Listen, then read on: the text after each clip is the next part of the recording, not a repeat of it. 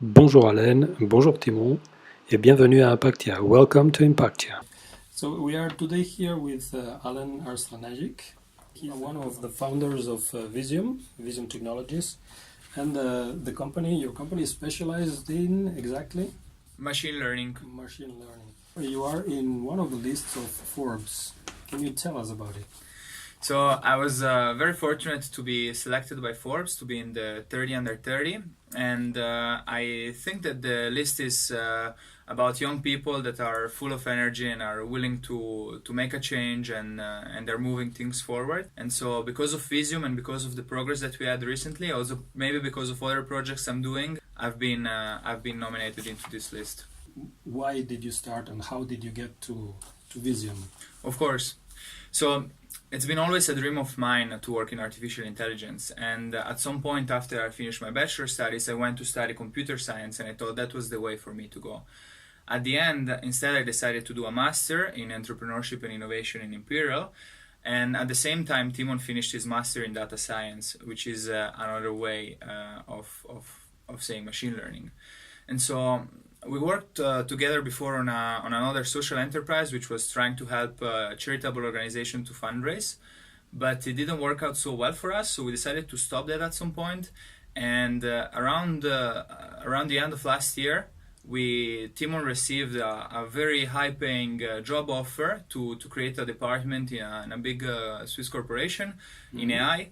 And we realized from there, we had the idea, there is so much demand for these skills, maybe we can help all these companies with the brilliant engineers that there are at APFL and ATH. That's what we have been doing since, and the progression and growth of our company, it's nothing I've been seen before. So it's really exciting times, and we're really grateful for this chance. That's great. What is the main activity that you do at your company? Yes. So what we do is we help enterprises find, plan, and execute their highest value opportunities in machine learning. So we first go through a stage of ideation, we meet the company, we discuss about their operational processes, their data, and we come up with numerous potential products in machine learning that we could develop for them. Then we generally start with a pilot, we develop fully customized and high-performing solutions, and then from there on, we develop sort of a partnership where we keep providing them products that can considerably improve their processes or create new products for them. For the people who are willing to create their own startup in Switzerland, what would your advice be? What would you tell them? I would definitely suggest to start something in a high growth market, maybe an exponential technology. There are numerous of them. Information technology and machine learning are definitely one of them, and that offer numerous, if not quasi infinite opportunities in all fields, and it's really exciting to do something for which the supply is short and the demand is so big, and so things can move quickly. In the past, for example, I started a construction company, which is a sector more like saturated and it's harder to grow fast, and so starting something that is new and that is going to be the future can offer a more exciting experience. Do you think it's very different here from California, for example, which normally is a good place for startups? Yes, so it depends. I think that California now, maybe it will be a bit too late to start into AI. I think that Europe is actually lagging much behind in terms of what is the state of the art of the technology and what is the commercial adoption. Therefore, I think the opportunity is more in Europe than, for example, in the United States or in China. Then there are advantages and disadvantages. I think Silicon Valley doesn't have anymore the role of world capital for startups, and all startups have to be there. We have seen, for example, with the famous Y Combinator incubator, many startups that go there, then after it, they used always to stay in Silicon Valley, and now they're starting to relocate in their own country. So opportunities start to get more distributed around the globe. Now, also an issue with Silicon Valley is the absolutely unpayable rents, where even for a very small apartment, it's 5,000 per month. So it gets unpractical for startups to start from there.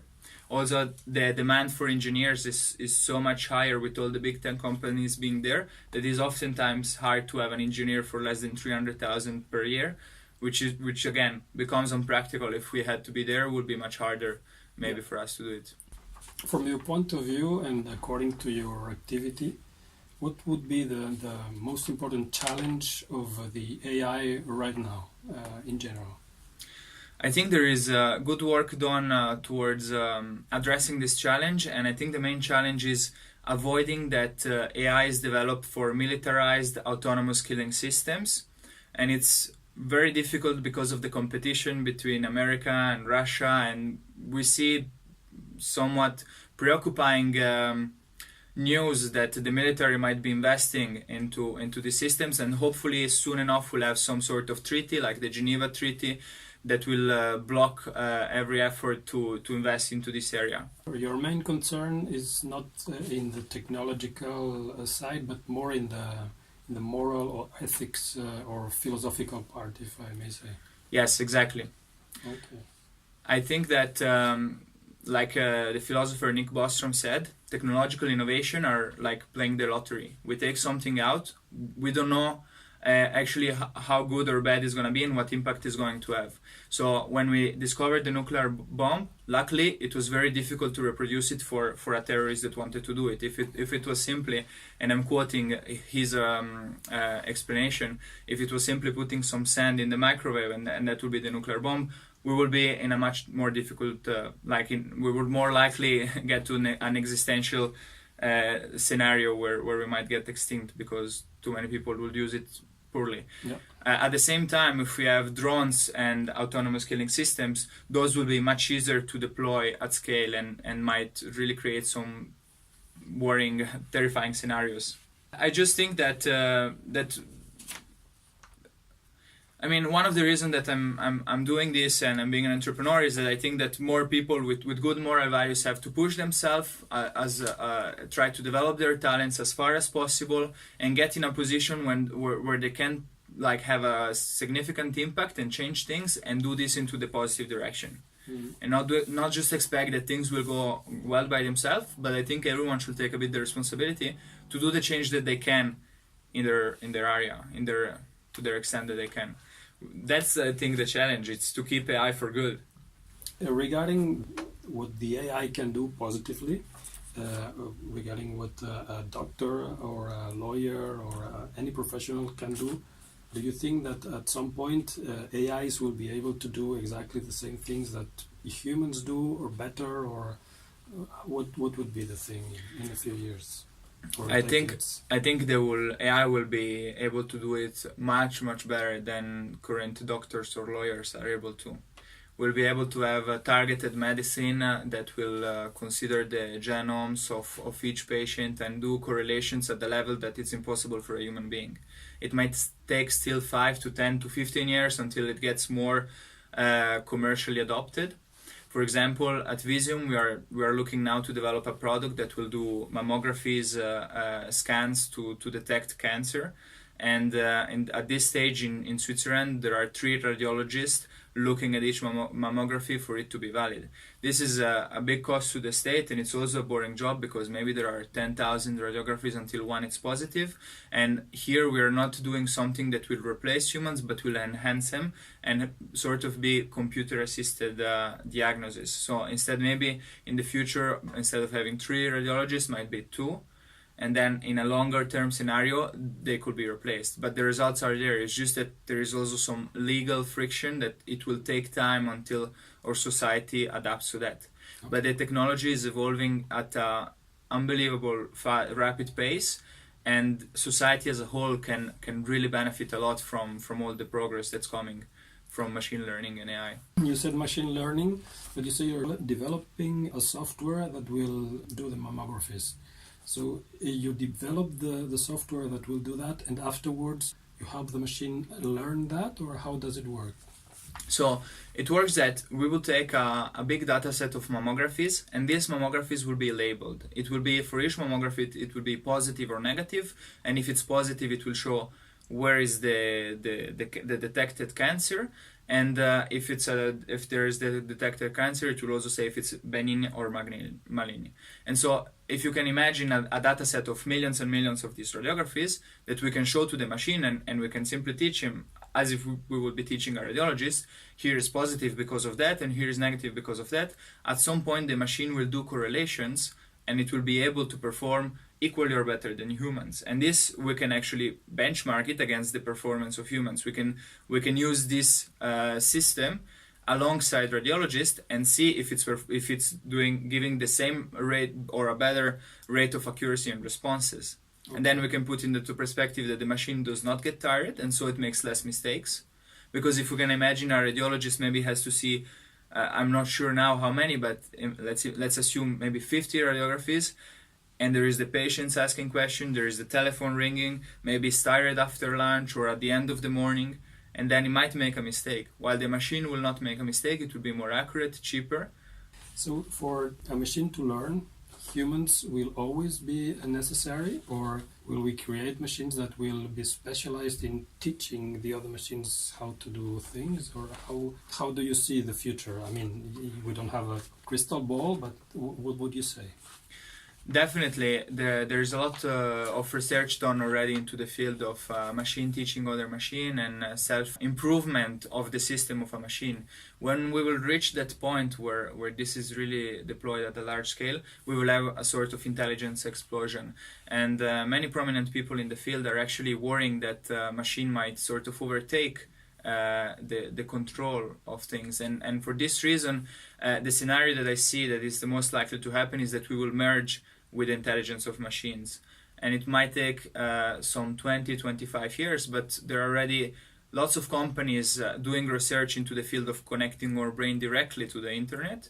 And therefore, instead of having a phone, which is already an enhanced version of ourselves, if we don't have our phone, we feel like weak. We feel like if it's missing something from us, it's part of our identity and all the sort of power that we have to access knowledge. In the future, we will access that instantly, and we will also be able to access to computational on the cloud, computational power on the cloud that will enable us to actually be millions, if not billions of times smarter. So the world that's coming, there's going to be a lot of change, but I'm very optimistic that the right people will be in charge to take the right decision for the better of humanity. When would you think this intelligence explosion would start? I trust in the judgment of Ray Kurzweil, the chief engineering director of Google. I think earlier was chief futurologist at Google. Anyways, I trust Ray Kurzweil in his judgment that it will be around 2045, so roughly 27 years from now. So he's already said that? Yes. Okay. There is actually a very good book on that. It's called The Singularity is Near, which is about actually saying how things will move so rapidly and change so rapidly that it's actually, we cannot even predict what's going to happen. Okay. Because at that stage, we will have really solved from cancer to even cellular aging, and enable humans at a level that it's unimaginable. In the last 20 years, there's been more change than in the last 2,000 years. Mm-hmm. Just that people get used quickly to the innovation and they take them sort of for granted. But if you imagine life as it was even 10 years ago as it is today, it's changed enormously. Let's talk about facial recognition. So they are working on that a lot in China, and I think you told me in education and in the administration as well. So what can you say about facial recognition? What do you do something about it, or do you see anything in the next 10 years regarding the facial recognition? Yes. We are working a lot in computer vision, and we have some applications also in facial recognition.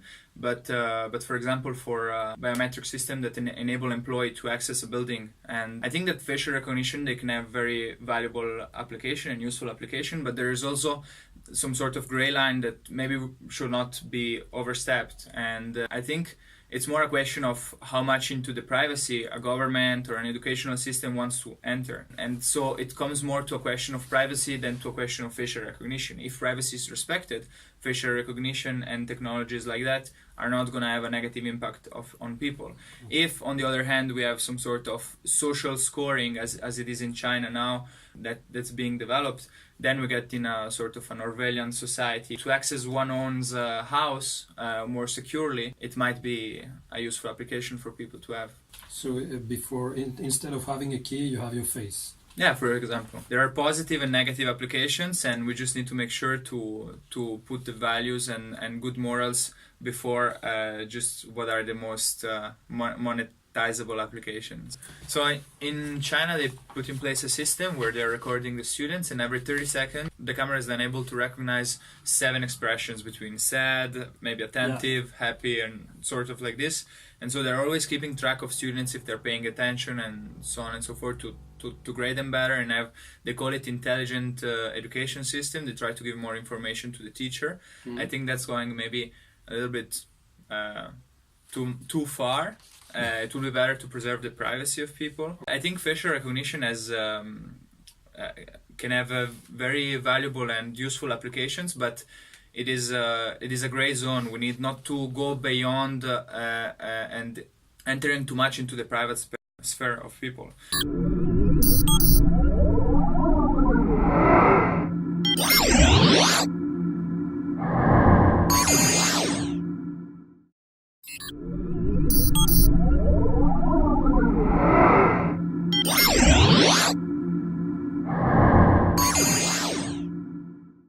Nous sommes ici avec Timon Zimmermann, c'est le cofondateur de Visium Technologies et qui s'occupe de la partie plus ingénieur, plus technique. Est-ce que tu peux nous dire quelque chose de ton parcours jusque-là? J'ai un CFC en informatique, du coup j'ai fait un apprentissage plutôt que la voie plus académique. Ensuite, par la suite, j'ai fait toutes des passerelles pour pouvoir rejoindre les PFL en système de communication. Ensuite, une fois mon bachelor terminé en système de communication, j'ai fait une première année en master de système de communication parce que le master en intelligence artificielle n'existait pas encore. À la fin de ma première année de master, j'ai rejoint le nouveau master et là, je viens de terminer mon master en intelligence artificielle du coup à l'EPFL. En parallèle à ça, j'ai beaucoup travaillé comme développeur dans une première start-up qu'on a fait avec Allen pour œuvrer pour les œuvres de charité, pour faire des levées de fonds pour les œuvres de charité de manière internationale et essayer de créer une communauté autour des œuvres caritatives. Donc j'ai un background assez de web developer, software engineering. Et sinon, j'ai aussi beaucoup travaillé en collaboration avec un centre de recherche à Boston en machine learning, où j'ai travaillé pendant 1 an à peu près pour eux, en tant que chercheur en machine learning dans leur centre à Boston, puis à distance depuis à côté de mes cours, à côté de mon master, depuis la Suisse. D'accord. Et comment ça s'est passé pour que vous vous rencontriez et vous créez votre projet? C'est justement lié à ça, c'est que suite à ce projet caritatif qu'on a mis en pause avec Allen, parce que ça nous prenait beaucoup de temps à notre âge, de travailler là-dessus. Peut-être c'est un projet qu'on reprendra dans quelques années quand ça sera disons plus stable, notre vie sera peut-être plus stable pour reprendre un projet comme ça caritatif. Du coup on se connaissait, on a continué à discuter de projets qui ont un haut potentiel entrepreneurial avec lui. Ensuite je lui ai parlé de cette offre de travail, que j'étais en train de chercher un job après mon master, etc. On a vu que j'ai ressenti cette demande du marché, surtout en Suisse, où l'adoption de l'intelligence artificielle, du machine learning et toute cette puissance qui est à disposition de l'industrie dans beaucoup de pays et qui est utilisée, si on va en Asie, aux États-Unis, les entreprises mettent à profit beaucoup plus qu'en Europe et encore plus en Suisse. Et suite à cette demande, on en a beaucoup parlé avec Allen et on a décidé de créer une boîte de consulting pour venir en aide aux PME du tissu entrepreneurial et tissu économique suisse. Parce que si on n'offre pas l'accès à ces technologies et à cette science aux PME, le problème c'est que la différence d'automatisation, etc., par rapport aux grandes entreprises, Facebook, Google, les entreprises américaines comme ça, elle va encore s'accroître. Et les problèmes de compétitivité de ces petites entreprises qui sont déjà très difficiles, dans la vie de tous les jours, c'est très difficile pour un entrepreneur, un patron de PME suisse. Ces difficultés vont s'accroître avec l'intelligence artificielle, le machine learning, si on ne met pas à disposition. Donc ça, c'est une de nos idées, c'est d'accélérer l'adoption de l'intelligence artificielle à tous les niveaux. Pas uniquement que ce soit Facebook, Google, les grandes GAFA qui aient accès à ces technologies-là et qui engrangent encore plus de milliards qu'elles nous engrangent maintenant. Et qu'on essaie de répartir cette puissance de manière assez homogène.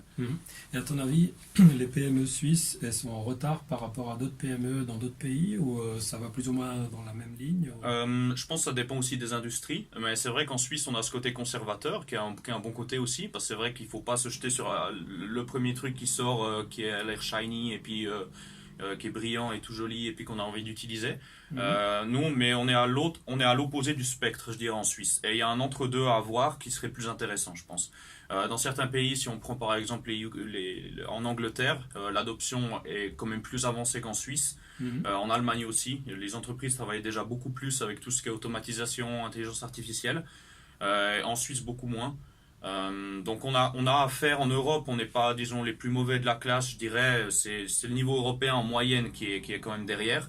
Mais c'est vrai qu'en Suisse, on a ce côté assez conservateur, on aime bien les choses qu'on fait depuis de nombreuses années de la même manière et qui fonctionnent bien. Ça a des bons côtés et des mauvais côtés. Et nous, on essaye un peu de rediriger le spectre un peu plus vers le centre et vers l'innovation et puis essayer d'adopter ces nouvelles technologies. Parce que ce ne sont pas des technologies qui ont besoin d'un immense investissement. C'est ça qui est très intéressant. On développe des projets avec des entreprises, c'est des projets de 2-3 mois qui permettent tout de suite de capturer la valeur que ça peut apporter. Ça demande un investissement de départ très faible. On propose des entreprises des proof of concept ou des prototypes qu'on peut réaliser vraiment en 2-3 mois, un budget assez limité pour une entreprise et qui peut leur permettre tout de suite d'identifier le potentiel. Et ça, c'est ce qui est intéressant. Il n'y a pas besoin de partir sur des projets qui vont coûter 500 000, 1 million sur 1 an et demi, 2 ans. On peut faire des prototypes de 2-3 mois qui coûtent quelques dizaines de milliers de francs, qui permettent d'avoir un sens et de mettre un peu... Parce que c'est aussi une des grandes parties de notre travail, c'est cette partie d'éducation, vulgarisation de qu'est-ce qui est faisable grâce à l'intelligence artificielle et au machine learning. Ouais. Et cette partie-là, elle se fait naturellement quand on part sur un prototype assez court avec un client. Direct, il a un sens et il comprend au fur et à mesure des discussions, des brainstorming qu'on fait avec lui, il comprend ce qui est faisable, etc. Donc ça, c'est vraiment notre mode de travail, c'est de partir sur des prototypes, des proof of concept un peu à plus basse échelle, je dirais au début, et après, comme des building blocks, et à partir de ça, on crée des plus gros projets, on part sur des follow-up, etc. avec nos clients. Ça, c'est vraiment notre méthode de fonctionner. Et ça facilite cette transition des entreprises. Parce que la marche, elle est beaucoup moins grande, je dirais, que si on part direct sur des gros projets immenses, où on veut tout restructurer l'entreprise, on restructure totalement leur processus opérationnel. C'est des choses où en Suisse, les gens ne sont pas prêts pour faire ça. Du coup, on travaille petit pas par petit pas, prototype par prototype, pour montrer la valeur que ça peut apporter. Donc c'est le machine learning que vous avez comme spécialité. Le machine learning, c'est quoi exactement ? Alors c'est l'idée qu'une machine elle puisse apprendre à faire une tâche sans en être explicitement programmée. Par des exemples ou d'autres techniques qui existent. On pourrait rentrer dans les détails, ce serait une longue discussion. Mais l'idée c'est ça, c'est que au lieu d'essayer de montrer à quelqu'un, ok, on fait un système de sécurité qui va détecter, disons, des personnes. Au lieu de se dire, ok, une personne c'est des cheveux, alors les cheveux peuvent être noirs, ils peuvent être blancs si la personne est âgée, si les cheveux sont blancs, il devrait avoir des rides, etc., etc., etc. Tout ce système de règles, on peut imaginer 15 000 règles pour définir un humain. Ok, il a des épaules qui font 45 cm de large, mais à ce moment, c'est dire que la taille doit faire cette taille, etc. Et le système, il devient complexe, et ça devient une sorte de Frankenstein, et c'est pas maintenable, et c'est très difficile à comprendre, et c'est pas très robuste comme système. Le machine learning prend l'idée qu'on va apprendre à la machine par l'exemple.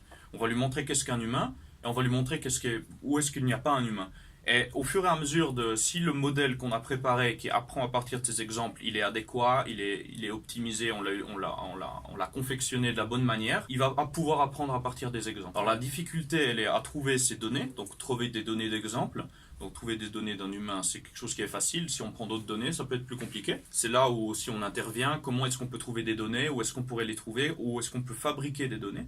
Et une fois qu'on a ces données à disposition, on fabrique le modèle qui peut apprendre à partir de ces données. Donc là, c'est où il y a aussi toute la partie théorique, ou ce qu'on apprend en cours typiquement, ou alors où l'expérience est importante à avoir. C'est comment est-ce qu'on peut confectionner le modèle le plus approprié qui va au mieux utiliser les données à disposition. Tu veux nous parler un petit peu de vos clients? Tout à fait, tout à fait. Alors on travaille principalement pour l'instant avec je dirais des PME suisses. On commence à travailler avec des multinationales aussi, pour l'instant uniquement en Suisse. Bon, des multinationales, elles sont aussi à l'étranger, mais à la base, c'est des multinationales qui sont suisses. On travaille avec des PME surtout du canton de Vaud, canton de Genève, et aussi du côté suisse alémanique, plus particulièrement vers Zurich pour l'instant. Mais vu qu'on est une entreprise assez nouvelle, on compte s'étendre dans toute la Suisse. On a envie de devenir le leader suisse de ce point de vue-là, de proposer vraiment à toute la Suisse des solutions pour les entrepreneurs, pour les PME ou les multinationales suisses. On compte s'étendre à l'étranger, mais je dirais que c'est plus dans nos objectifs sur quelques années. Je dirais sur les mois prochains, on veut vraiment s'étendre au niveau suisse alémanique globalement, et suisse-italien aussi. Donc on travaille vraiment avec tout type d'entreprise au niveau suisse. Et ensuite, au niveau des domaines d'activité des entreprises, ça dépend des clients, mais je dirais que c'est un des gros avantages du machine learning, c'est qu'en collaboration avec le client qui aurait le domain knowledge, comme on dit, donc la connaissance du domaine dans lequel il travaille, que ce soit pharmaceutique, médical, sécurité, du marketing, en collaboration avec le client, en collaboration étroite sur des prototypes comme ça, ça nous permet de travailler dans tous les domaines d'activité. Ça requiert vraiment une participation active des deux parties, donc de notre partie c'est logique parce qu'on est en train de développer, mais ça demande aussi une implication du côté du client. On ne fait pas des projets, on dit au client on se revoit dans 3 mois, et ensuite nous on a développé quelque chose qui est ici et les clients ils voulaient ça. Et nous vraiment ce qu'on veut s'assurer c'est que à la fin le client il est ce qu'il faut. Et pour ça, quand on veut travailler dans toutes les industries, il faut vraiment cette collaboration active. Du coup on travaille avec des entreprises pharmaceutiques, des entreprises dans le domaine de la sécurité, dans le domaine du sport, analyse de performance sportive typiquement. On travaille avec des entreprises dans le marketing aussi, dans des entreprises qui travaillent dans la supply chain, dans des productions de pièces à grande échelle. Donc vraiment nos domaines d'activité de point de vue industriel, il s'étend à toutes les activités, je dirais, et le machine learning s'applique à toutes les activités. Le potentiel d'automation, il dépend. Ce sera plus difficile, disons, d'automatiser des tâches, typiquement avec un institut de psychiatrie, c'est des tâches qui sont difficilement automatisables, où je dirais l'aspect humain est beaucoup plus important que typiquement si on parle dans la supply chain, production de pièces pour l'industrie horlogère ou pour l'industrie, je sais pas, des bateaux, fabriquer des moteurs de bateaux, essayer d'automatiser des choses là dans cette industrie.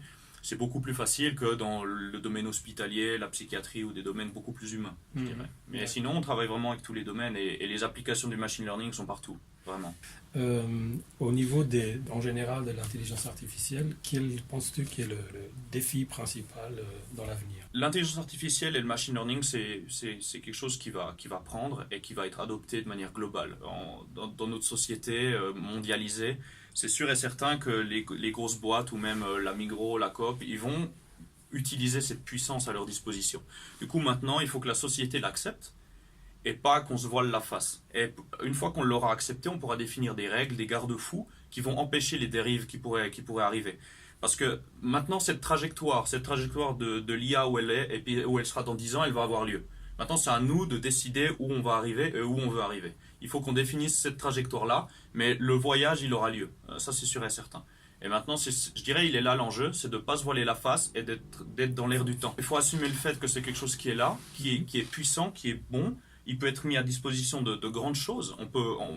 Il y a des entreprises qui travaillent dans des pays du tiers-monde pour aider à l'agriculture, pour essayer d'optimiser de l'agriculture, les champs, la médecine, toutes des choses comme ça. C'est des choses qui peuvent être optimisées, détection de maladies, des épidémies, essayer de régler des épidémies, détecter d'où provient une épidémie. C'est toutes des choses où le machine learning peut intervenir. Et il faut juste, je dirais qu'il faut embrasser cette évolution et pas juste voiler la face. Et ça nous permettra de définir des garde-fous et d'en profiter de la manière la plus éthique possible et la meilleure possible, je dirais, pour l'humanité. Je pense que c'est vraiment le risque.